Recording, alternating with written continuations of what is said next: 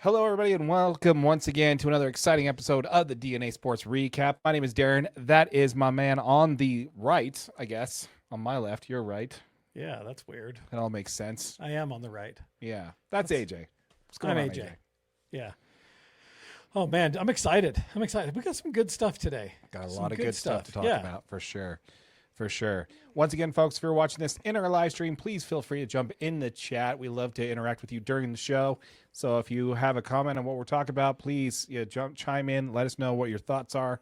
Let us know how wrong we are. All that good stuff. And AJ wants to know your favorite color. Car Wash Channel jumping in first in the chat. What's going on, my friend? Saying hi. What's going on, man? Appreciate it. Thanks for joining us on this here. Let's go ahead and get right into it, man. Let's go ahead and talk about some Utah Mammoth, shall we? I think we need to. All right. Let's go ahead and talk about your Mammoth in the NHL playoffs.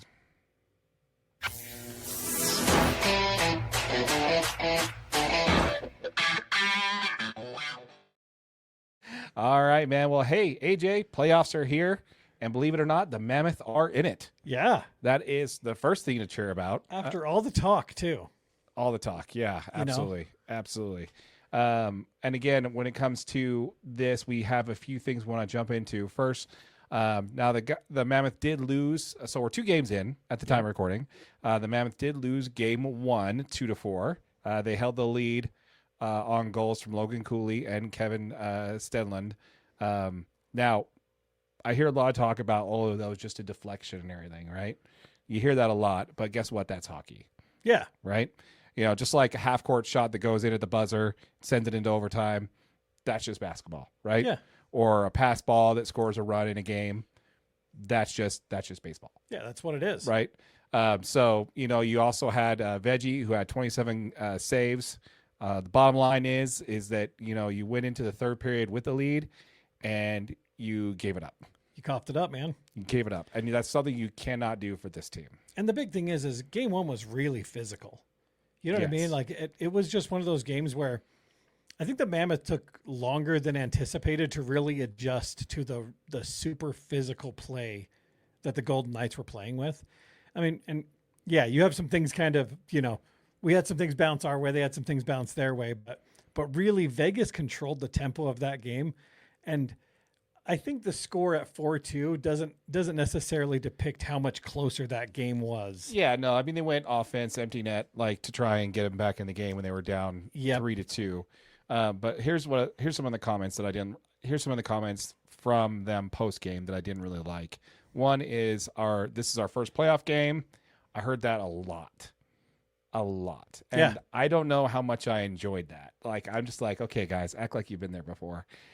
So even if you haven't. Yeah. Well, there's a bunch of players on the team that have. So, right. And there's a coach that has been there before, Yeah. So, to get that first one under our belt, get settled in really feels good. I don't know if you ever feel good coming out of a loss, but thank you, Logan Cooley, on that one. Obviously, we want to get the win, but you want to get your feet wet a little bit, and how it is, and we need to beat them in game 2. I'm excited at that part, and we're going to get excited to get ready to get back at it. So now those comments, again, you at some point, I guess maybe just for me, by the time I heard it from Logan Cooley, I'm just like, okay, we've heard it enough. We've heard it from the head coach. We've heard it from the broadcasters. We've heard it from, the analysts. It did kind of look like just in the third period, maybe they were gassed. Maybe the adrenaline ran out. Veggie was looking pretty good through the first 2 periods of this game. And in the third period, it kind of seemed like they just didn't have enough there. And, Vegas, like you mentioned, it just was able to check them enough to keep the game physical and just tired them and wear them down. Yeah. Yeah. And it was, I mean, I think as you're watching this game, I think I'm more worried if they had the intestinal fortitude to win this one, right? Like as you're watching, it's like, do you have enough here and here to win this game? Mm-hmm. Because it didn't look like it. You could tell the environment was tough. The Vegas fans showed out. You could tell just by watching how loud that place was. And it was really interesting. I mean, to watch it because, I mean, it got to the point. It was like these could be a rough 2 games in Vegas. Right. You know, like if they're going to come out and play like this after this much time, we're not going to be able to stay up with these guys. They've got too much playoff experience. They've got a lot of veteran leaders, and we've got a lot of young guys who are admitting after the game that they're young and this is their first playoff game. And this is, you know, it's like they weren't ready for this moment. Yeah, exactly. And I think that's a good transition into game 2. One of the notes I made here after analysis of game 1 before going into game 2 is, you know, can Utah capitalize on their speed? Can that top line of Keller, Schmaltz, and Krause, who had 0 points in game 1, by the way? Yeah. Can they step it up and leverage that speed that this team's known for? And honestly, man, I think they pretty much did that. You know, I think they did quite well in not getting stuck in Vegas's game style of play, right? Yeah. They were able to come back in. They were all about the checks. They were all about that physical play, but Utah really capitalized on their speed and leveraged key turnovers and some great breakaways, and some great network by Veggie, by the way, who, you know, which really helped turn the tide in the third period. The Mammoth, they had one shot. So the Mammoth outshot them 29-21 in this game and really kept Hart, you know, making some really, you know, he made some great plays, great saves. Yeah. Right. So, and I just think it was that point where, gosh, some of that stuff, Veggie was just on lock, man. And Utah kept doing this whole ISO shootout from my favorite one was, I don't know if it was Clayton Keller. Now, who was it that made that goal? Oh my gosh, from the top of the key where it looked like he already had the stick already wound up. Yeah. Back, ready to go before the pass even came. Yeah. Right there, center ice, and just slapped it in. That was a great shot. Like it's like Paterka? I don't know if that was Paterka. Let us know in the comments there, guys. Let us know we should probably know this. I didn't actually make that note though, as crazy as that is, about the players that scored goals in game 2. Yeah, I mean, well, I had it up, but I don't think I had it there. But yeah, man. So what happened in game 2, I think, is really kind of the key thing there, is that they leveraged what was great about this team and didn't get stuck playing the Vegas style, you know, physical type of hockey game, which is great because, again, when you're playing on the road, you want to come home with a 1-1 split. You want to get the split, come back home. And I think what we have here from Car Wash Channel is a perfect example of that. Utah ties it series 1-1, and game 3 is Friday night at the Delta Center. So what's your takeaway from game 2? I mean, they just look like a different team. I mean, from the very get-go, it just looked like they were on a mission to play to Vegas's level of physicality. And it looked like they had a game plan to actually beat them in that second game. I mean, that first goal in game 2 was for Vegas, was on a Vegas power play. Mm-hmm. And like in that moment, the defense was playing super cautious. And it was funny because I was just saying to one of my kids, like, I don't know if they're moving fast enough for this for them to actually stop this power play. And it was like 1 second later, they punched it in. And I was like, oh, that wasn't a great game. That wasn't a great play right there. You know, and the scoring kind of goes back and forth, but this team looked much, much better. It helped. I believe they started Liam O'Brien, and he brought some physicality out there, and that really helped them a lot. Yeah, I mean, they looked like they actually belonged there in the second game. You could tell the nerves weren't with them nearly as much. They played physical. And they used their speed. I mean, just like you were saying, this team needed to utilize speed to beat this physical team. That's the only thing that's going to beat them, right? We've got some young kids that skate fast, that can get up the ice, and it puts a lot of pressure on goaltenders, right? Yeah. And that was how they did it. I mean, they forced the puck.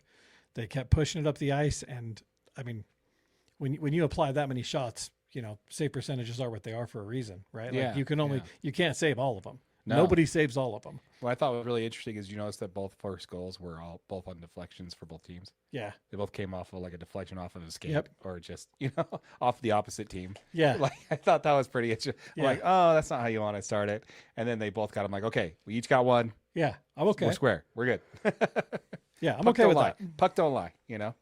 So I thought that was interesting. But man, is this going to be crazy coming into Game 3 here in the Delta Center? First NHL playoff game in history at the Delta Center. It's going to be crazy. Yeah, it's I'm just glad because they look like a team that possibly has 3 more wins in them. Right after that first one, I wasn't sure they were ready to be here. It seemed like the stage was a little bit too big. But after watching Game 2, it seems like these guys are up to the task. We've got enough veteran leadership to kind of keep this team focused, and we got to keep playing with speed. But I mean, a little bit of luck, and I mean, you could be taking this team in the right direction for sure. Absolutely. And I really like that they won Game 2, not Game 1, because that really brings the momentum coming into Salt Lake. Exactly. So I think that's really awesome. And again, with the right game plan, with the what is it, the 12th man? How many players are on ice at any given point? There's 8, right? No idea. I think it's 8. Anyway, with the crowd behind them, they should really make a difference, man. So it's going to be a lot of fun. I agree. I think they come out and they get a win in Game 3, and it's going to be a decisive one, like a 3-1 victory. That would be sweet. That's what I'm predicting on that Game 3. It's a 3-1 victory for the Mammoth. I can tell you, playoff hockey is fun to watch, dude. Oh yeah, it is physical. It is fast. I had no idea, but Game 1 was probably the first playoff hockey game I've ever watched in my whole life. Yeah, it very much felt like Olympic gold medal type. It was intense. It was hard hits and fast moving, and I mean, it was really. I enjoyed it enough where I was like, I have to watch Game 2. Like, I got to see this. Yeah, it was great. Yeah, very impressed. Yeah. Very impressed. We want to hear from you folks. Let us know what your thoughts are in the comments down below when it comes to Utah Mammoth. What's your prediction? What do you think is going to happen in Game 3? You got a prediction for us? I'm going to say I think Utah. I could see Utah winning in a decisive one in Game 3. I think they'll be feeling the juice from the home crowd. I don't know. Maybe you guys can help us out. I don't know how big the home ice advantage is in hockey. Oh, in Utah, I think it's going to matter. I mean, you would think that. And I could see it in basketball with it getting loud. I can see it in football with it getting loud and not being able to hear. But I feel like in hockey, it would be pretty easy for the home crowd to feed off of the energy too. Or the road crowd. The road crowd, yeah. Yeah. So, have to let us know. Let us know. Yeah. We want to hear from you guys in the comments down below. Mammoth fans or other franchise fans, if you guys are familiar with, playoff hockey, let us know if that's really a big deal. But love to see it. We'd love to have them come with a series lead after 3 games and then see what happens. Because after that, all bets are off, AJ. Yeah. We don't know if they're getting out of this round, but the odds go up pretty high. Pretty high, so especially if they leave with 2 more wins in Utah. Absolutely. Yeah. Come out with 2 wins. I think it's 2-2-1-1-1. Right? Yep. Is how this series breaks down. So, love to hear it, man. Love to hear it. We're gonna see it Friday night, Delta Center. It's gonna be awesome. Yep. It's gonna be awesome. It's gonna be awesome. All right, let's go ahead and pivot on over and talk a little bit about the Utah football. Let's do it.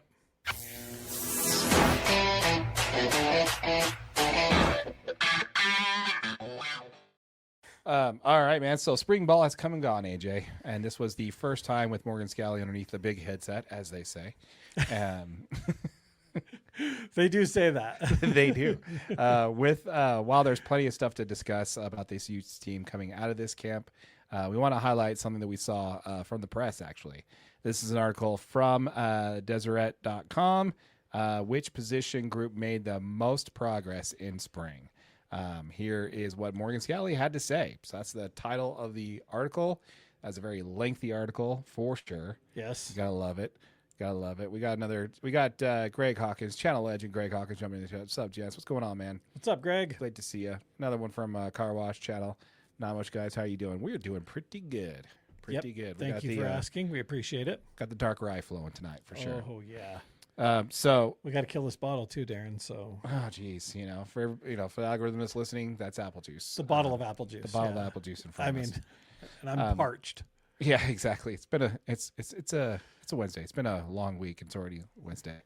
But anyway, so we wanted to talk about this, and there's a few things that they mentioned there. Do you want to start off with defense? Or you want me to go first? Yeah, absolutely. So talking about the defense, I think the defensive line is one of the biggest question marks really around Utah football, right? And Colton Swan kind of mentioned in another interview how just really how great Coach Ellis has done with the defensive line. And we all know that over the years we put a bunch of defensive line talent into the league. And, so having guys really step up in a room that, as Colton Swan said, that is a line that needed identity and establishment. So to have, a solid direction with that group is really just a super positive thing. And it's nice to see that, him and Colton Swan are really on the same page as far as like, yes, this is a group that we're going to need some major production out of. This defense can't be great without a great defensive line. And then the cornerbacks, as far as defense, it's also noted to have come a really long way in spring camp. Having Scooby Davis back, and then, you move Rock Caldwell from safety. That kind of helps in the position group. And then you got some incoming transfers that are great players. And all those guys are going to be kind of mixed in there at cornerback. So we know that cornerbacks in Utah defense are always heavily relied on. They run a pro style defense. You're going to rush at the line of attack. You're going to run one-on-ones on the sides. You got linebackers that, those are really the pieces that keep moving on that defense. So it's really interesting as far as, on the defensive portion. So, yeah. And one of the things about the defensive side of the ball here is that, it's pretty much business as usual on that side of things. Yeah. So when it comes to the impact there, I mean, yes, we have a new defensive coordinator. The old defensive coordinator is still there. He's just under a bigger headset. That's all that's Much really bigger. different. But mostly it's going to be the same game plan, the same scheme. And, we're going to see some different plays for sure, and some different reads and everything like that. But from, what we're talking about here on the offensive side, what you're able to see here, this is coming from Scally himself, you're talking about a brand new crew having to work together, having to communicate with a new O-line coach. I'm very pleased at the progress from our O-line that have been made so far. It's still a lot to go from Coach Scally himself. So with that said, we also have some good battles going on the offensive side. So we have left guard. We have between left guards, senior Solata. No, I had this. Solatoa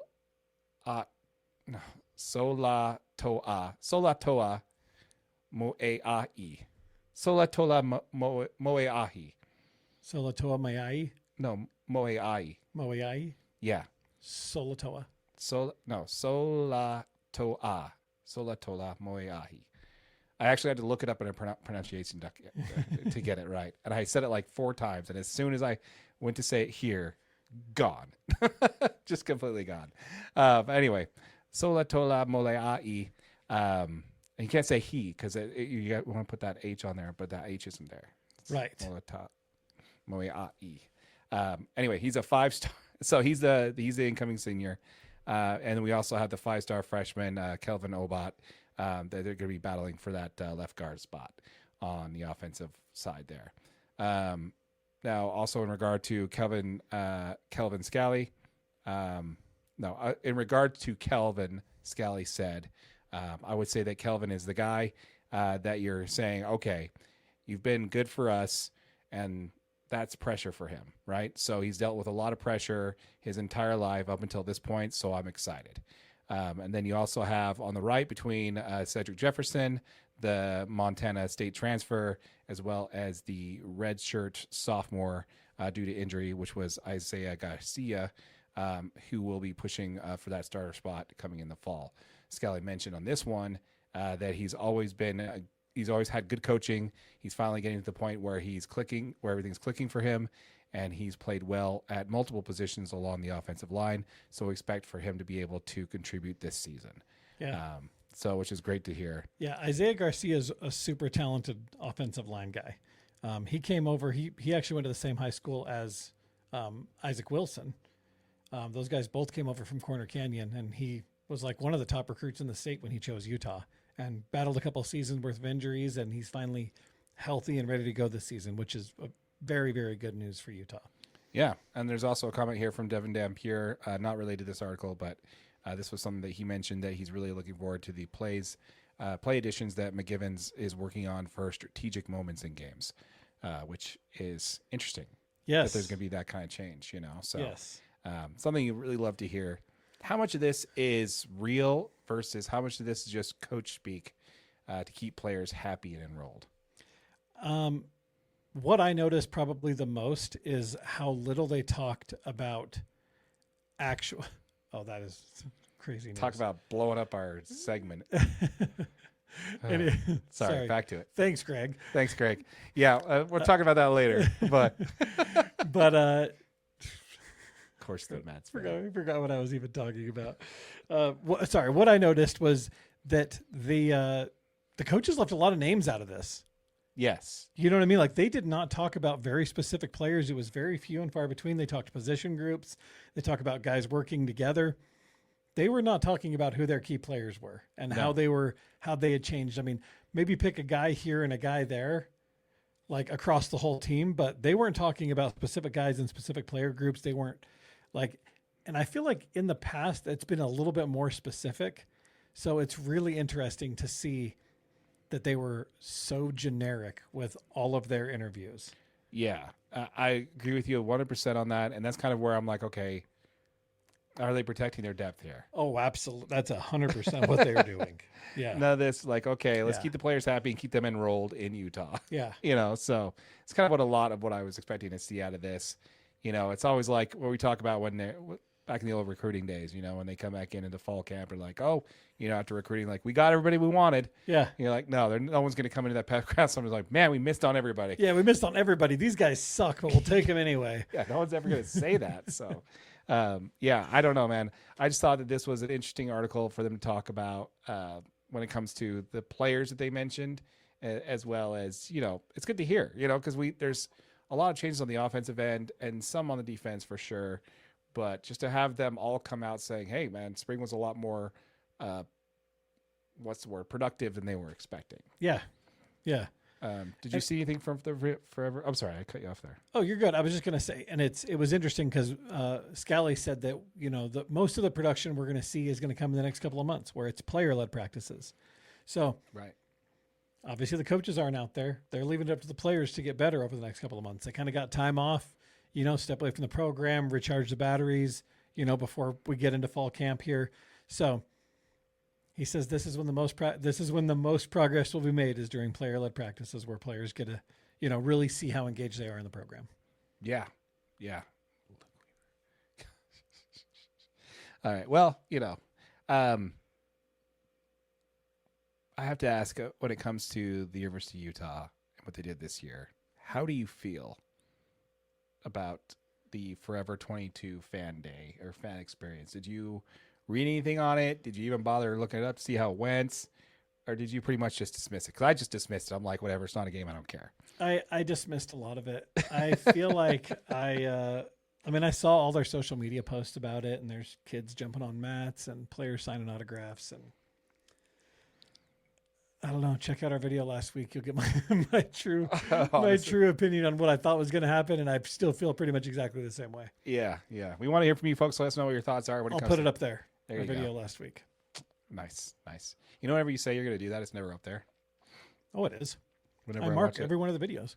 When I watch it on I guess it doesn't show up on a television. It only shows up on on a mobile device. Absolutely. Yeah, probably what it is. Yeah. But yeah, so we want to hear from you folks. Let us know what your thoughts are. What's your takes away from spring camp with no spring game. We want to hear from you folks. Let us know what your thoughts are in the comments down below for sure. Do it. We got a couple of comments here. This is something I wanted to talk. We're going to be talking about this in a moment here. Mets just won a game. And yeah, we're going to be talking about it for Stay tuned, sure. Greg. It's coming. And no worries there on that one, dude. It's totally okay. I figured that that's when we actually going to start talking about. You just took me off my game because I was in the middle and I was like, ugh. Well, I just knew as soon as we were going to start talking about a team who's on a 12-game losing streak, they were going to win a game. That's just how this works. News always breaks right after we hit end stream or the next day. The Braves have won 7 of 8. Just saying. Yeah, we're not talking about the Braves today. Go Braves. You saw how bad that Go Braves. That particular video is performing. So probably will be the Braves videos never do great. No, I don't know why that is. One of the best teams in baseball right now. Yeah, one of. I'd have to say. I have an argument. We'll talk about that too. Deal. When we get into it. I just watched the whole game against the Nationals. Their game last night was But the Nationals are looking really good this year. Anyway, this is not baseball talk, so we'll get around to that when we get around to that. wrong subject. Yeah, let's go ahead and get into it, and let's talk a little bit about the Utah Jazz. Let's do it.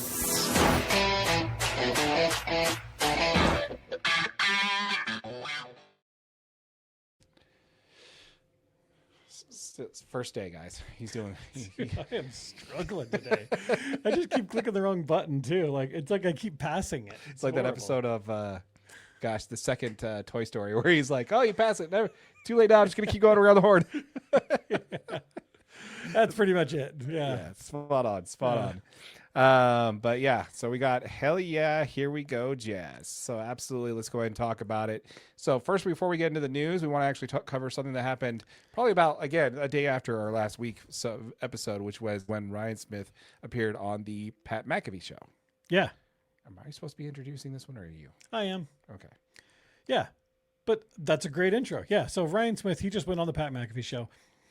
And it was very interesting because he didn't sound like an owner of a rebuilding team, right? No. So number one, he sounded like someone who thinks that the championship window for the Jazz is a lot closer than people realize, which was really cool as a Jazz fan to hear. And number two, he sounded like an owner that has some serious concerns, and they just so happen to be the same concerns as casual NBA fans, diehard NBA fans, and some of that is based around how teams are able to build or rebuild a franchise. And that's directly related to tanking, trading, the draft. So my question is, what do you think about what Ryan Smith had to say about all of his frustrations with rebuilding? So I think you hit it spot on, but there's one part that you missed there that I think you need to go one more layer deep, is he has the same frustrations as Jazz fans. Yeah. Not just NBA casuals or NBA fans directly or fans, like specifically the same arguments that we have had. Absolutely. And I cannot tell you how refreshing that was to hear our own owner come out and literally say the same things that we've been talking about for the last, 2 years now? It's AJ? crazy because he's a Jazz fan. Yeah. So he did talk about how he's owning his own, how he's owning his own favorite team. He was talking about the Mammoth at the beginning. And one of the things that Pat McAfee asked, he said, hey, you're obviously, when he asked about the statement there, he's like, hey, he's like, I only can talk about what we're reading here. I didn't get the memo, but basically what they're saying is that the Utah Jazz are trying to lose games. And basically he just came out and just said it tongue in cheek, you need to answer for this, Yeah. And clearly because of the Mammoth, you are not one of these owners that are trying to lose games. Right. So there's a lot. And what I really like to say is what he said is that there's a lot working in the NBA that's working well. And that's what I like to hear him say. And he also said that, which is refreshing to hear from an NBA owner, is that there's a lot of collaboration between the league and the ownership to fix things. With that said, the key sentence that he said is, what is the rebuild experience in the NBA like for a team? He's like, you will have 8 to 10 teams that have to pull it into the pit. That's just math. Yep. Every single season, especially when they're adding 2 more. If you're rebuilding a team, you can't sign free agents, because there are literally he mentioned this, there are no all NBA free agents, in this draft, and there very rarely is. What they do is they sign a max extension, and then they demand a trade after that. Yep. So he's never got a chance to do that. And then also trades are really hard, especially in Utah now in this player empowerment era. Teams are blocking trades, or players are blocking Thanks, LeBron. trades. Yeah. Which is really funny. Did you see all those articles about Kevin Love saying how he fell in love with Utah while he was here? Yeah. I'm just like, I sure did. And for those of you who are, I've been around this show, how we had the inside track there from an insider, and they were in the room, how when Kevin Love blocked a trade to the Utah Jazz during the prime Gordon Hayward years. Yeah. So we had a chance to have a prime Kevin Love on this team, which would have been the key piece that we were missing. Absolutely. At that time. But hey, but yeah, now he loves it. So that's great. But yeah, so I love to hear about that. And I also like to hear, he's like, this is just math. He's like, these teams are going to be rebuilding, and you need to figure out a way. And so you can't you can't trade for players. You can't sign key free agents because there are none. That puts a lot of pressure on the draft. So all these teams that aren't winning have to rely on the draft. That's kind of what he said that's kind of really important to me. But most important, what he said is, I'm glad to be out there, to be in the position, we be out of that position going forward. We have been in that position for the last 4 years, and how are we going to help the teams in the pit get back out on the track faster? First of all, I love all the racing metaphors he's using on this one. Maybe he's buying a race team next. That's probably what he's doing. He's probably going out to the Miller Motorsports Park, whatever it's called. Maybe he'll open it back up. Maybe that's what he'll do. Maybe that's what he'll do. Oh, is that controversial since it's the Miller Motorsports Park? It hasn't been called that. I know. But it's like we still call it. Just saying, he's got a thing for buying Miller products. He does. But yeah, so that's kind of my original thought, is that he has the understanding of the same thing. He didn't say anything about the league finding him $250,000. He didn't say anything about that. He's just like, we need to figure out the experience, and he's confident that they will do that. So for that first comment was important enough for me to hear. The other part of it is that, did you catch all the slight digs that he mentioned about how he was inheriting a team that has never won a draft pick? Yep. Has only never moved up, never won the lottery, never moved up, and only moved down or held fast. And his exact words was, that math is not mathing. Yeah. So to that statement there, that's an owner that has the same frustrations as the fans do when it comes to the situation. I loved it, dude. That was very much kind of a dog whistle to all Utah Jazz fans out there, to know that even the owner of our team thinks there's something fishy, and that the math, that it just, everything's not adding up here. The Utah Jazz are getting the raw deal on a bunch of things here, and not only does the fans feel it, but our owner feels it too. I don't know. What do you think? No, I think he's absolutely right, and he nailed it. I mean, we've been talking about it for years on this channel. It's absolutely crazy that the Jazz have never moved up not even improved their position one time. Yeah. Not once. How long has the lottery been in place? Like 10, 15 years? Yeah, I think it's something like that. Yeah, and every time the Jazz been in the lottery, it's never, that's just, the math doesn't make sense there. Yep. And it's good to know that Ryan Smith knows it. It's good to know that, he goes on national media and talks about it. Yeah. Because as Jazz fans, we're very much aware of it, and we just want a shot, man. Mm-hmm. Give us one shot to get a player that's franchise changing. And I think we did a really good job last year. We got really lucky with Ace Bailey, because I do think he was a top 3 pick. Oh, easily. And he fell to 5 because of some backdoor stuff that his agent was doing and whatever. And we got really lucky, and I think he likes it here. And I think that the franchise will take care of him as a player. I think it was the best possible move for the Jazz with the number 5 pick. Yeah. So we got lucky. We got lucky there. And that's kind of the key thing there, is I also think that it's nice to know that we have an owner now. He's like, trades are hard. He's like, we tried some trades. He's like, we've got some folks and we're happy with the people we got. But that's even him saying that.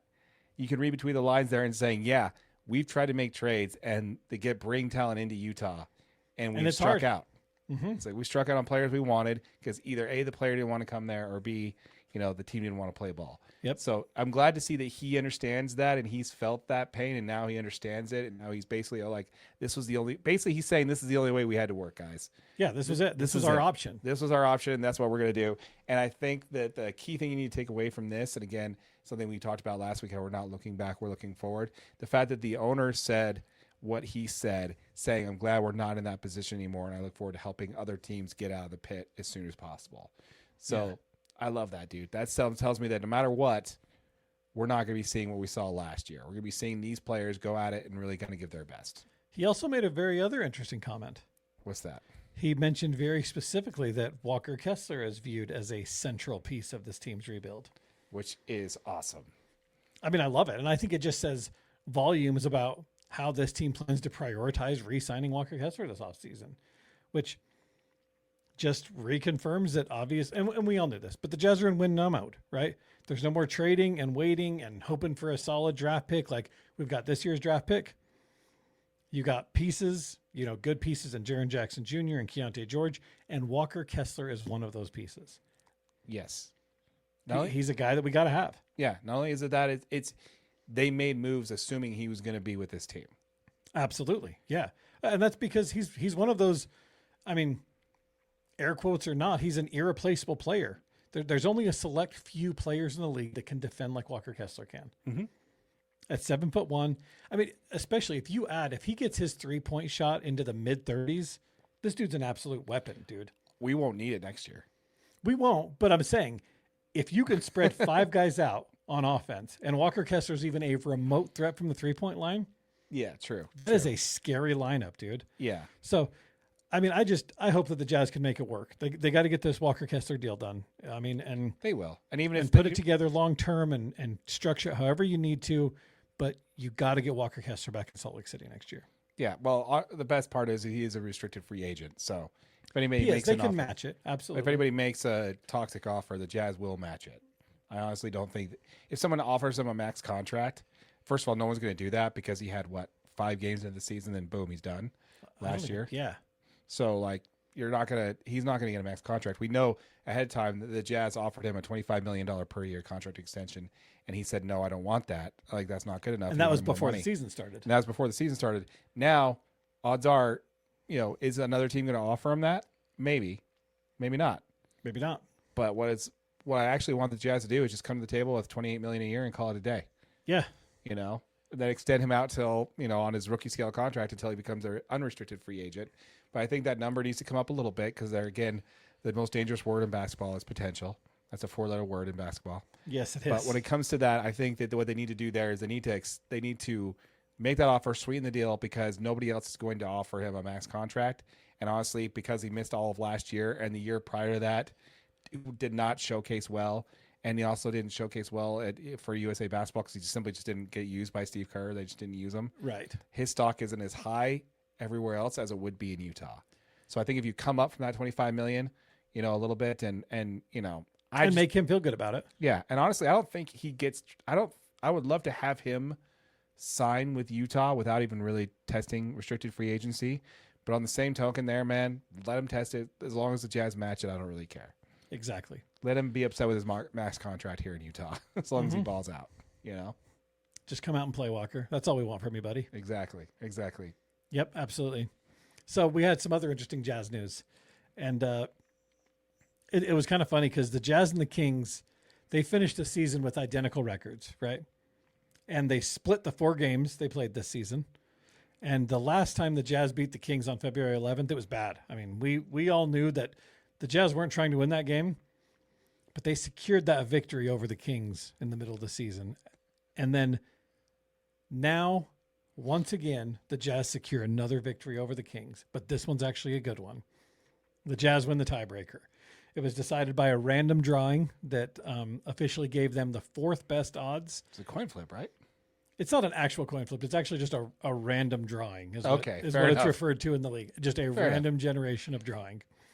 But winning the 4th best odds guarantees the Jazz no lower than the 8th pick, which has finally ended the first round pick to OKC drama. Let's do the celebration emoji right here. Throw it in there. If we had a button, we'd press that button. But yes, we don't have any buttons, but yes, the drama is over. Absolutely. Yes. So no more conveying, and officially brings an end to the whole tanking, so we can keep our pick. It's done. Yep. That's so done. now we just got to wait till May 10th, right? NBA draft lottery comes up. We can just pray to the basketball gods that the Jazz get the number 1 pick. Yeah, let's hope that that's not the end of our luck here this offseason. Yes, exactly. In winning that random drawing. The Jazz need a top 3 pick out of this draft, man. They do. I just think they do. To really kind of drive it home and finish this out, we need that top 3 pick because that is easily any one of the players in the top 3 would be a number 1 pick in almost any other draft. Yep. With the exception of the one with Victor Wembanyama in it. These guys would be the number 1 pick in almost every other draft. So now, according to the Hoops Nerd show, which he didn't say he's very good at math, but how can you call yourself a Hoops Nerd if you're not good at math? But anyway, I digress. When it comes to that, he said, because with that, we now have a 45% chance of getting a top 5 pick. And we have a 44% chance of getting 6 or 7. Right. So with an 11.4 chance of getting the number 1 overall pick. And a 38% chance or 36% chance of getting a top 3 pick. So we just know the Jazz previous record of moving up in the draft is non-existent. So depending on what that means, Everybody says that, oh, we never got it. But honestly, last year. I just want to know what it costs to buy the number 1 pick. Oh, I don't think it's a matter of cost. Really? How much Dallas had to pay for the number 1 pick last year? No. The NBA wanted that to happen. Oh, I know. The NBA wanted Luka in LA. So they allowed that they allowed that trade to happen when it came through. He's like, okay, what we're going to do here is we're going to give Dallas the number 1 overall pick just to settle that and kind of just deal with that. Yeah. You made that happen for us. We'll make this happen for you. Yeah, that's kind of how that happened. We got where we wanted. Let's help you rebuild. But no, I honestly, man, when it comes to this, I hope this is not where the luck ends for Utah. But last year, the chances we had with the best odds we had was the number 5 pick. We had like a 47% chance of getting number 5 overall pick. And that's what we got. So, but we were the worst team in the league. Yeah, we had the top odds to get the number 1 pick and we didn't get it. Yeah. But it was only 11 point. That's the problem, is it was only 11% odds. So like something's got to change in it. Whatever. Moving on. We need that top 3 pick. Let's hope for it. Pray to whoever you pray to. Throw some salt on your shoulder, do whatever you got to do. But we are like less than 3 weeks away now? Yeah. So we'll see. It's coming. We want to hear from you folks. Let us know what your thoughts are in the comments down below from that. Let's go ahead and talk a little bit about, where's our mouse? Here it is. That's why we need buttons. Let's go ahead and talk a little bit about Major League Baseball, shall we? Let's do it.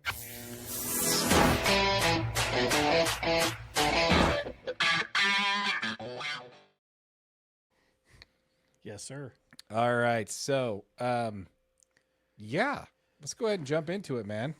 Let's talk a little bit about some baseball, shall we? Yeah. Let's jump into it. So, big news. First topic on the docket. The San Diego Padres are finalizing a sale to investor Jose E. Feliciano and his wife, Kwanzaa Jones, for an MLB record $3.9 billion. So, when the previous beloved owner, Peter Seidler, died in 2023, rest in peace, the family was pushing pretty hard to sell the team. This was really driven by the need to manage the nearly $1 billion in guaranteed player contract. Is obviously they needed to settle estate issues from the previous owner. So this ownership team is going to face some pressure, right? I mean, they got to maintain this high spending. The team's been really competitive on the field. So there's lots of questions kind of surrounding this. But what is most interesting about the Padres sell to you, Darren? Oh my gosh, man. Okay. Let's take a step back from this sale. Yeah. Right? Let's talk about these two. Let's talk about the ownership group of, Jose E. Feliciano, right? Feliciano. Sorry. Yeah. Sorry. My apologies. I've heard it both ways. Yeah, I have too. Jose is the co-founder of a equity firm called Clear Lake Capital. That is correct. They own 61% of the Chelsea Football Club. There is a minority owner of that Chelsea Football Club. His name is Todd Bowley, right? Todd Bowley. Is that dumb name? Yeah. Again, one of those ones we probably heard both ways. So if we said it wrong, we've heard it both ways, so don't worry about it. He is a minor owner of the Chelsea Football Club. Todd is also a 20% owner of the Los Angeles Dodgers, which is another NL West team. Mark Walter is a majority owner of the Los Angeles Dodgers and also part owner with Todd in Chelsea Football Club. And this is according to SI.com. The atmosphere between the two ownership groups is a Civil War type vibe. And it is suggested that there is bad blood between these two. So you have two ownership groups of the same premier football team not agreeing on how the team should be owned, and one team is throwing its higher ownership percentage around, and the other team is just not accepting and not liking it. These two ownership groups do not like each other. So why am I bringing that up? Well, okay, so if Jose and his wife Kwanzaa don't like their minority owner, what do they do in spite of that? They go out and buy the only other for sale team that is directly in the same conference as the Major League Baseball team that they are the majority owner of that team. So, with both of them owning a Major League Baseball franchise in the same division, the NL West is going to get very, very interesting, AJ. It sure is. It sure is. So anybody who knows ball knows that the Padres are not the Dodgers' rival. Right. They're not. Who is the Dodgers' rival, AJ? Actually, if you got this, I'd actually be kind of impressed. Giants. Nice. You got it. Nailed it. First try. First try. So, I've been hanging out with you a lot. So the Dodgers' rivals has been the Giants. It's always been that way back when they both were playing in New York. Do you know why the Mets colors are orange and blue? I don't. It's because it's to pay homage to the two teams that left New York, the Giants and the Dodgers. Oh, really? Yeah, because they were both New York teams back in the day. But anyway, so anybody knows that it's the Giants that are the Dodgers' rivals, right? I'm telling you, man, with two ownership groups that do not like each other, that both have infinite pockets, they're going to be going after each other in the same division, that could quickly change, my friend. That could make things real interesting. Yes, it definitely can. Yeah. Right now, as of the time of recording, the Dodgers and the Padres are tied for the top position in the NL West. That is kind of crazy. Yes. When it seemed like the Dodgers were running away with the division already, Yeah. they were the first team to 10 wins, first team to 15 wins. Looked like they could do no wrong.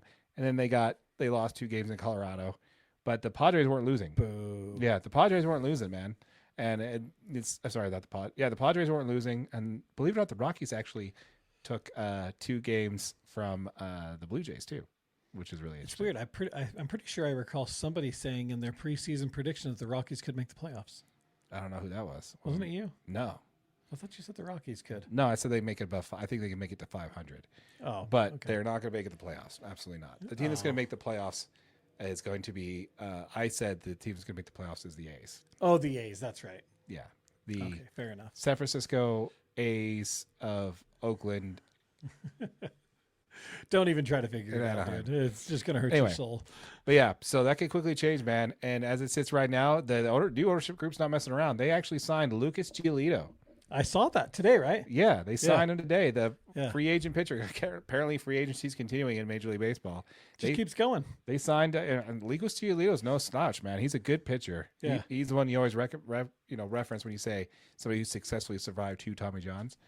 He's the dude. He's that dude. So they're gonna ramp him up, get him out there. But yeah, apparently the new ownership not messing around. They're spending some money already. So you love to see it. I don't know. Should the Dodgers be scared? Who knows? So we want to hear what you guys think. Yeah, Let us know. Should the Dodgers be worried about the Padres? Yeah, we want to hear from you. Let us know what your thoughts are in the comments down below. So there's another interesting topic going on in baseball, and Greg, thanks for helping us out earlier in the show on this this particular topic. So there was few teams that have been talked about more over the last couple off seasons than the New York Mets, right? These guys went out there and got Juan Soto 2 years ago, paid him like $400 trillion. Okay, maybe it was 15 years, $765 million. You choose. I've heard it both ways. Yeah, absolutely. Okay. But then last year, it seemed like they were ready to step into contention. They go out and get Luis Robert Jr. from the White Sox to cover center field. They paid him $20 million contract for a year. They got a team option for the next year. They signed Bo Bichette to a 3-year deal worth $126 million, which comes out to $42 million a year. Mm-hmm. Keep in mind, the 27 and 28 seasons for him are player options because there's so many players in the league that turn down $42 million a year. Right. They had Freddie Peralta for $8 million a year, Jorge Polanco to a 2-year, $40 million deal. They trade for Marcus Semien, who was on a 7-year, $175 million deal. He's got 3 years left on that deal, by the way. So these guys spend so much money this offseason. Estimated payroll for 2026 is $370 million. Wow. And how are they doing, Darren? Oh, they're in last place, my friend. What do you mean they just spent $370 million? They're in dead last place in the division. And that's in the same division with the Florida Marlins, by the way. Who's bad? Yes. The Marlins are bad, and they have not spent that much money. No. Ironically, which team has made more money, the Dodgers or the Marlins last year? I don't know. It's the Marlins. The Marlins made more money last year? Yeah, believe it or not. That's how baseball works, folks. Teams that actually spend money don't make any. And the teams that don't spend cry about being poor and make all the money. But yeah, so according at the time of recording, now apparently that just changed, but they did go on a 12-game losing streak, which is, terrible. for a team like this. Really terrible. Yes, they just won, so good for them. But yeah, actually, we have an update here. Let's go ahead and get this one on the screen here. Greg Hawkins. The Mets are now like tied. Hopkins better. Hopkins too. Yeah. It's a name you want to have, you know? Yeah.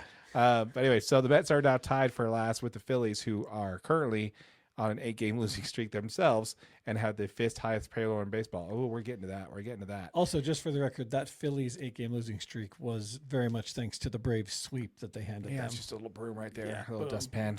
Get that out there. Go Braves. So yeah, according to SportTrack.com, the Mets actually have the highest payroll in actual money that's owed in $333 million. The Dodgers are at $297 million.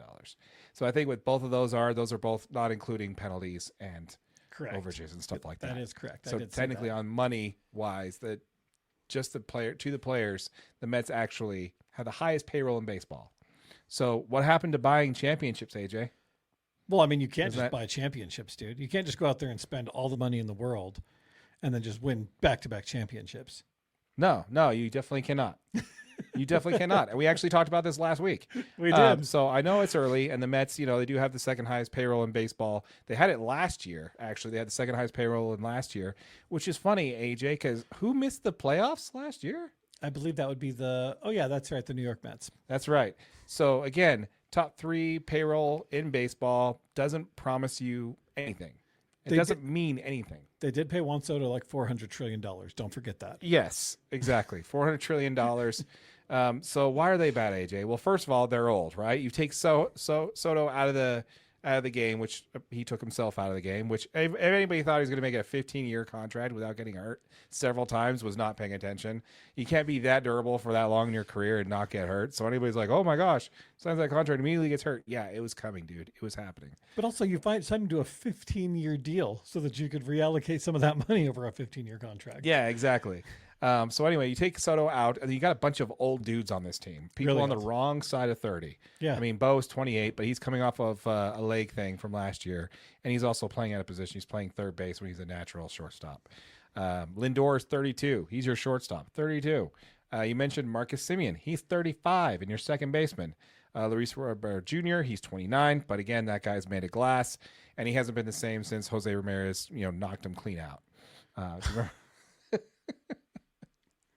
That's a good point. His whole career changed at that point right there. Yeah, he's never been injured. He's never been healthy. Did sign a big contract though. Did sign a fat contract. Yep, so $20 million a year. Third highest paid player on the Mets payroll. Which is insulting for that. Yeah. So we did talk about this last week. Who's the glue guy of the Dodgers? Easy, Max Muncy. Exactly. In fact, they traded him last year for the Mets. The Mets traded their Max Muncy, and that's Brandon Nimmo. You know who they traded him for? Marcus Semien. Oh, absolutely. Yeah. Which doesn't make a whole lot of sense. They're like, we got a glue guy. Get rid of him. Let's get somebody else in here. Yeah. And then they also got rid of their Freddie Freeman, who was Pete Alonso, his first baseman. Now he took a walk over to Baltimore. He signed a contract there, a 6-year deal over there in Baltimore. Yeah. So you got rid of your franchise player in Pete Alonso, and you got rid of your glue guy, Brandon Nimmo, who's also homegrown. And then you bring in Freddie Peralta, who's 1-2 so far this year with a over 4 ERA, and you trade away a bunch of your depth to get him. Now, luckily, they still have a top 5 farm system in that, but that's kind of my point, man. You can't just buy a team and win the press conference.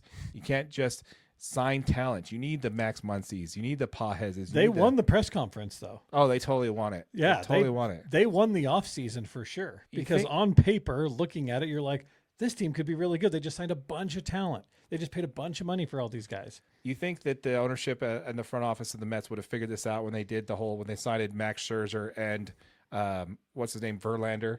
Yeah. And then immediately regretted it and traded them both to 2 different Texas teams within the same year. Split them up. That'll help. Yeah, that'll help us.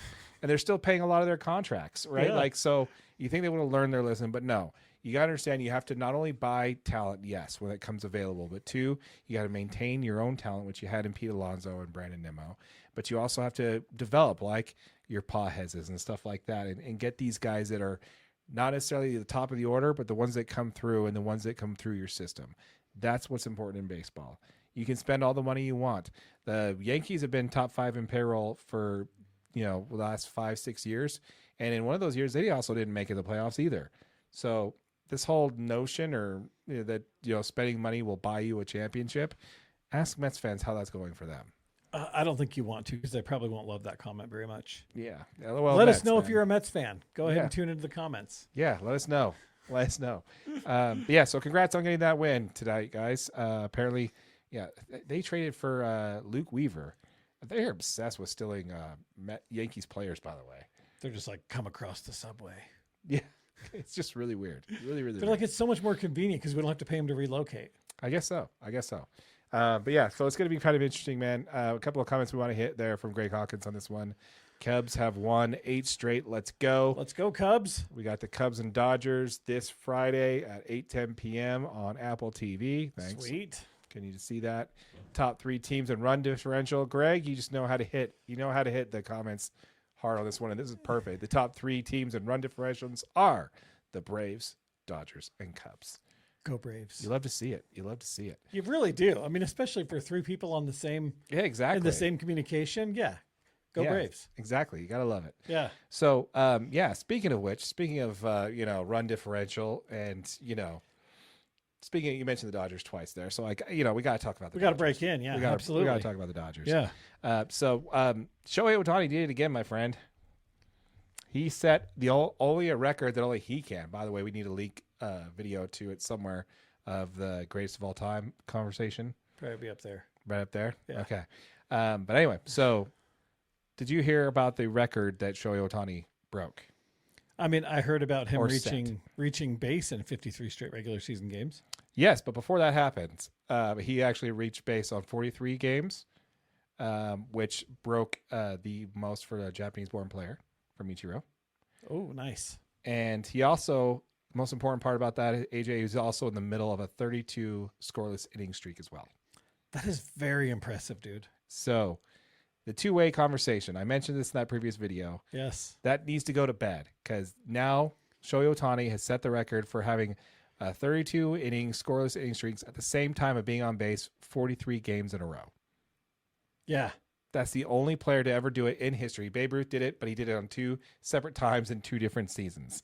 So the two-way title has to belong to Shohei Ohtani. I think we need to put that one to bed. Yeah. Yeah. Anyway, Congratulations to Shohei Ohtani. I think that's awesome. We want to hear from you folks there. Are you an Ohtani lover, hater? We want to hear it. Absolutely. All we right. sure do. On the Ohtani situation, did you see the Blue Jays comment? No. So the Blue Jays, the head coach of the Blue Jays, said that they planned on putting Shohei Ohtani on base during Game 3 of the World Series. No kidding. Purely in an attempt to tire him out before he was planned to pitch for Game 4. Oh, they said smart. they did it on purpose, and that was a long game. That was a long game. Smart. So they said that they did it on purpose. That's why they gave him so many intentional walks, because he's a base running fool. They're like, if we can get him on base and make him run some more, maybe that will tire him out. Smart. Before he pitches for Game 4. You didn't see that? No, that is brilliant, though. Crazy, yeah.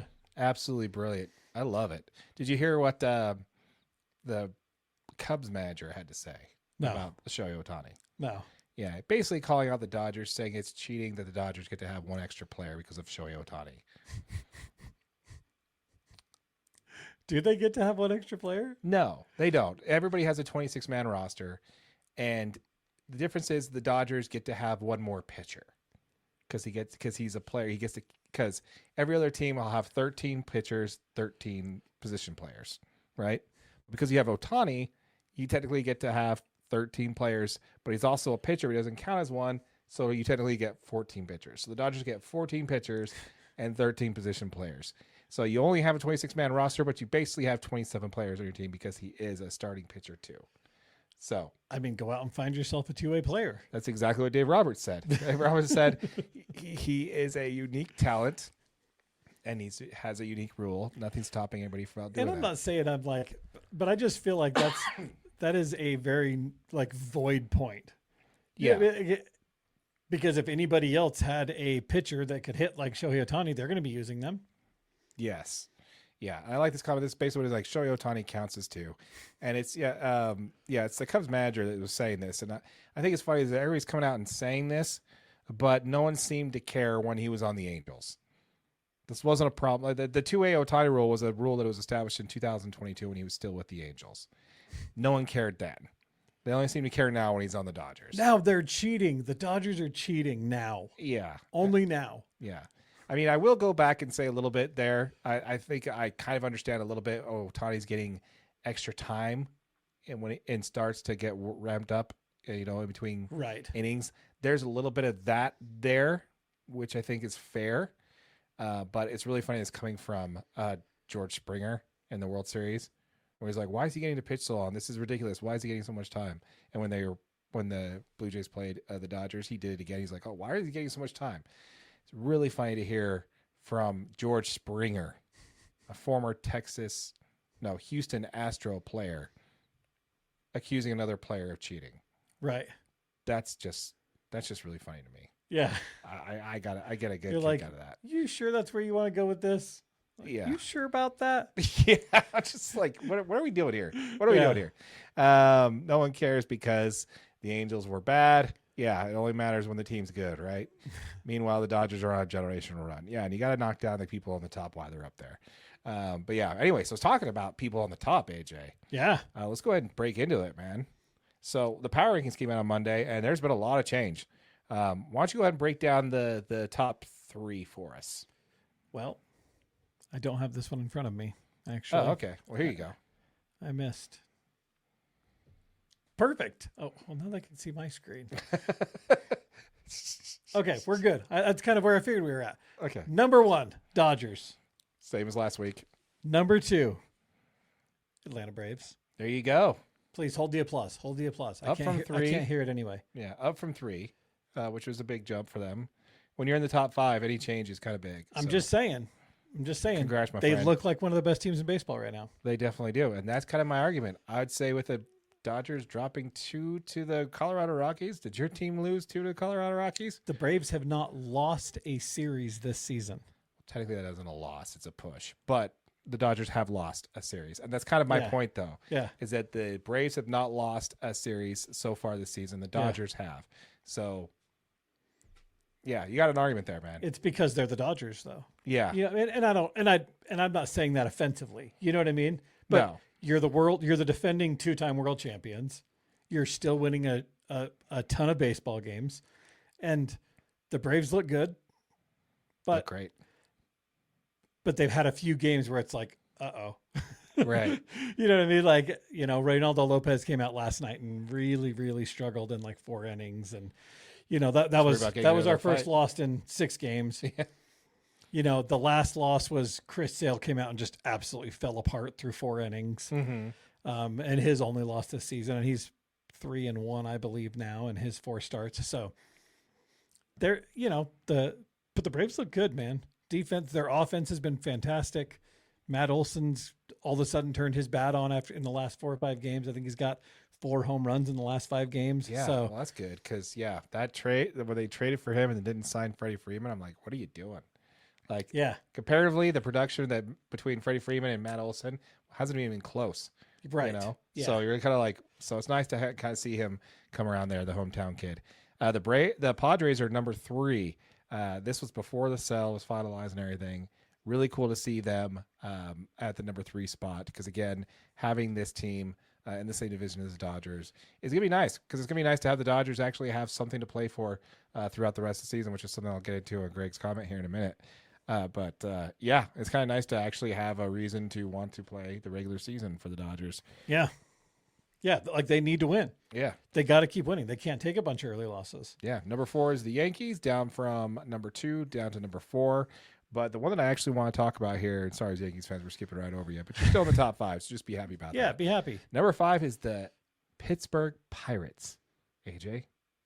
The Pittsburgh Pirates are number 5 on the power rankings this week. Are the Pirates playing that good of baseball right now? They are playing that good of baseball right now. That is impressive. So congrats. I have not seen a Pirates game. I'm going to be honest. I've seen probably the Braves are at 24. I've probably seen 20 Braves games so far this season. Yeah. So the Pittsburgh Pirates do have a Brave player on there. So I was wondering what, might want to catch one of those. Marcell Ozuna is on the Pittsburgh Pirates. Yeah, but he's not a Brave anymore. No, so he doesn't. He's dirt to you, right? He's dirt. Yeah. So speaking of which, the Pirates, congratulations to the Pirates. I think that's awesome. You got Paul Skeens on your team. How is Ozuna playing? Has he been playing okay? I don't know. I haven't looked it up. I don't watch a lot of Pittsburgh Pirates games. You don't either. It's the Pirates, dude. Who cares? But anyway, so something did happen. There's a very much a viral moment that happened with the Pittsburgh Pirates. Did you see this? So No. Jake Mangum created a viral moment, and this was on the 19th of April. He tossed a baseball to a fan wearing his jersey. Right? He threw it up to her brother said he'd catch it for her. He caught it for her, and the brother gave the ball to her, and he immediately gave it to her. She hugged her brother and just immediately started crying, was super excited that she got the ball from her favorite player. It was a nice little heartwarming thing between siblings, and it happened on national TV, created this viral moment, right? Yeah. Now, we always like to trash on the Pirates and the owner, Bob Nutting, Yes, we have. for Absolutely. the way he's running his team. And, none of this changes that, by the way. But when he saw that, Bob Nutting, the owner of the Pirates, great last name, by the way, is inviting his family to join him in his suite in an upcoming home game to get to watch. That's really cool. And before the game, that little girl gets to meet Jake Mangum before the game. Dude, you can't beat that. So That is pretty cool as an owner. very cool as an owner. Yeah. While we don't like how you're running your team, you got to tip your cap to the owner who actually understands what's important about baseball, and that's the kids. You had that viral moment between a brother and his sibling, his sister, and to have an owner to see like, okay, that's baseball right there. Yeah. And to level it up. Good on you, man. Tip of the DNA Sports Recap to Bob Nutting, which is something I never thought I'd say. Yeah. But congrats, dude. That's awesome. Also, for the record, Marcell Ozuna's playing not great this year. So he's got Oh, poor 73 guy. at bats, scored 6 runs. Batting average is at 178. He's got 20 strikeouts. He has hit 2 home runs. Not the best season for the Big Bear. Definitely not. Definitely not. So, Considering he was hitting almost 300 all last season with the Braves. well, you can't, not everybody can play well when they leave Atlanta, Hey, go Braves. except for Max Fried. Oh, Is that too soon? Too soon? Freddie Freeman. That's that's Whatever. Okay, it doesn't matter. Go Braves. Anyway. so.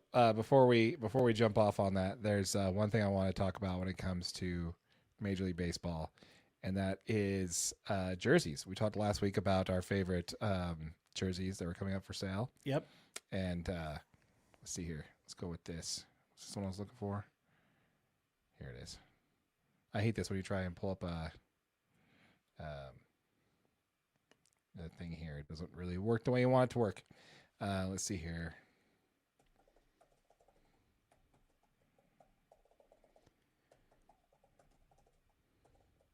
Type faster.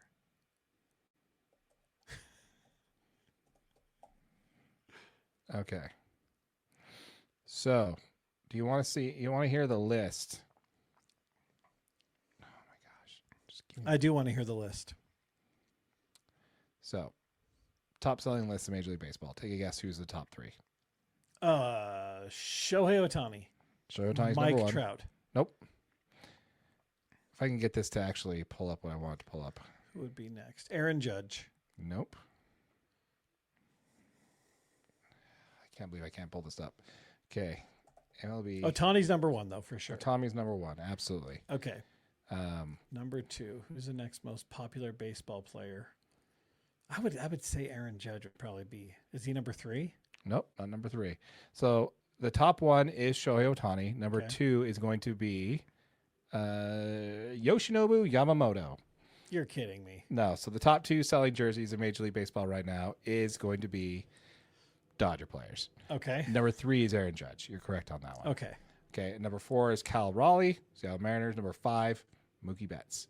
So 3 out of the top 5 are Dodger players. And if you go into the top 10, that adds Freddie Freeman in there too.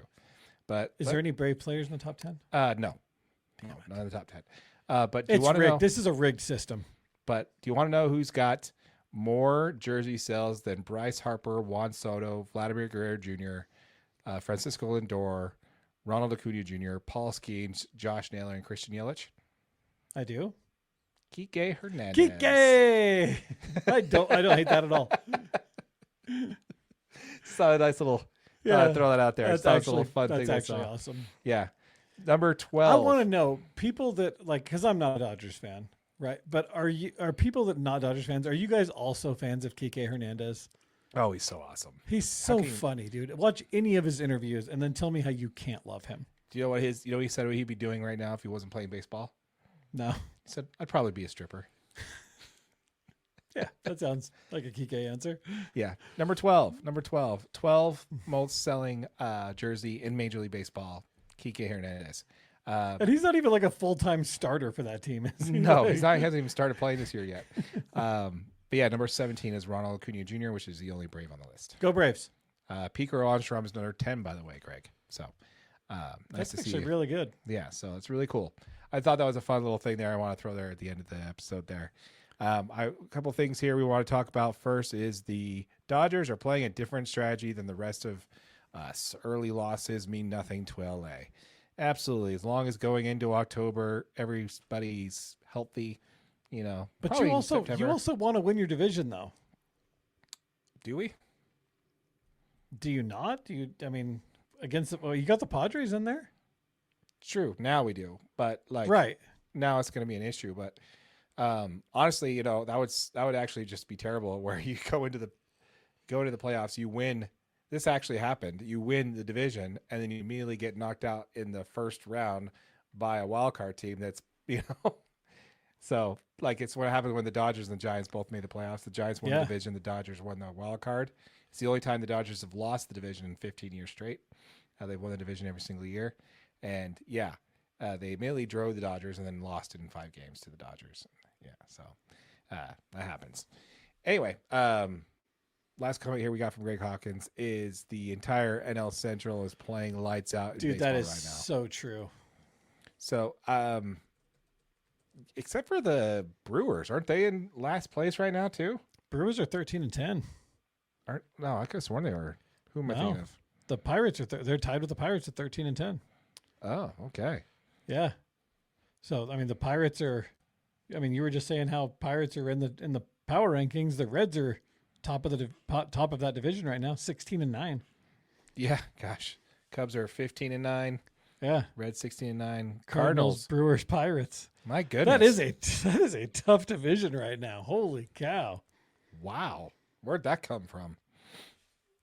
I know none of those teams are teams you'd think would have a record like that. By the way, the Brewers are in last place in their division, so I was right. Thank you.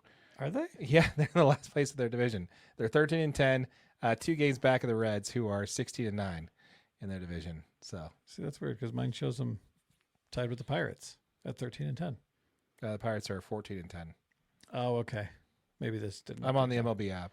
Okay. So I don't know. Fair enough. All I know is Braves are 17-8. We've seen it both ways, right? Yeah, I've seen it both. Yeah, exactly. That's the one. Yeah, 17-8. Yeah, I see that too. Yeah. Yeah. Technically, the Dodgers are tied with the Padres for first place, 16-7. Diamondbacks, they are in the power rankings too. We just didn't talk about them because they're a little lower. They jumped up. They're 13-10. Yeah, wow. What's crazy is that Mets and Phillies, dude. Both those teams at 8-16. Yeah, but again, the Phillies just basically re-signed all their own talent. They went $300 million in debt to re-sign their own talent, which didn't, get them where they wanted to be last year. Didn't put them in the position they wanted, yeah. No, exactly. And then they also signed, who they signed? No, their best pitcher signed with Ranger Suarez. Who do you end up going? Who do you end up going with? You end up going to New York? Oh, that'd be so sad. No, you end up going to the Mets? Where'd he end up at? No, Red Sox. He went to the Red Sox. Red Sox, yeah. Ranger Suarez is good brain, too. Big brain. For baseball stuff. Anything else out of that, it's completely gone. Yeah. But yeah, so really interesting, man. I could talk baseball all day, and I'm pretty sure you can too, AJ. But I'm pretty sure the people watching us right now are tired of listening to us yammer on for, Oh wait, we got another comment here. Let's get to it. The Phillies signed a great group. They are 2 or 3 years past their window. Yes. Yeah, that's a great. And way that's of exactly the problem, though. They overachieved last year. They overachieved last year, and they signed a great group of guys that were good 2 to 3 years ago. And now they're all teetering on the edge of their window of greatness. Yeah. Like if you can't have Bryce Harper and Kyle Schwarber on the same team. Exactly. They need to be a Freddie Freeman. Yeah. The third or fourth best player on the team. And then you're great, but you have to bring in some guys that need an opportunity to turn the corner and make their whole franchise a little bit better. And none of the guys that the Phillies re-signed are capable of that. They went after Bo Bichette and missed, but I'm pretty sure they're pretty happy with it now. I mean, he's not really doing anything for the Mets. But, yeah. Ended up on the other teams on the bottom. Yeah. So, and, I think it's really funny. The Mets are very much like the Yankees, which is funny because they're both in New York. But when Juan Soto went down, that team sucks. When Judge goes down, the Yankees can't buy a win either. Like it's just kind of funny how those two teams are led by their generational talent, and then, It shows the Braves are scary though. We lost a couple of starting pitchers right at the beginning of the season. Yes. And point of order there on a baseball thing we have to talk about. You only have one ace on your team. Is it Chris Sale? No, your ace is Spencer Strider. How was Chris Sale not an ace? You can only have one ace on your team, unless you're the Dodgers. I choose Chris Sale. Yeah. Okay. So I'll take Quadzilla on your team. He's like, with our aces not in the lineup. So you even said it, and Chris Sale is in your lineup. So you didn't say your aces in the lineup. Oh, yeah. Damn it. But you said your aces, and technically you're only allowed one ace on a team. Oh, okay. It's your game one opening day starter and your game one starter in the playoffs. That's your ace. And only really 5 teams have a real true ace. And I think that the Braves do have one, and because Spencer Strider, I think, qualifies. But anyway, so I just thought it'd be fun. Anyway, we want to hear from you folks. Let us know what your thoughts are in the comments down below. Who's the ace of your staff for the team that you like? We want to hear from you. Let us know what your thoughts are in the comments down below. And are they as good as Spencer Strider? Exactly. If you're watching this on our live stream, again, folks, it is available as an audio podcast. If you missed part of the show, be sure to check it out on audio. It's available wherever you get your podcasts. I just said your line. You did. It's fine. Yeah, I don't even know what to say now. What's the other side of it? Yeah, I don't even remember. My line? Anyway, folks, again, thank you very much for watching this episode of the DNA Sports Recap. We're excited to have you here. Or for listening. Thank you for listening to this episode of the DNA Sports Recap. Our audio podcast has actually gone a lot of traction lately. Keep on listening. Keep on listening. We appreciate it. Yeah, turn it on. Slap us a review. Say some nice things in the review there, and subscribe to the podcast because we love to continue growing with the audio side as well. With all that said, my name is Darren, that is AJ, and this has been an episode of the DNA Sports Recap. Till next time, my friends.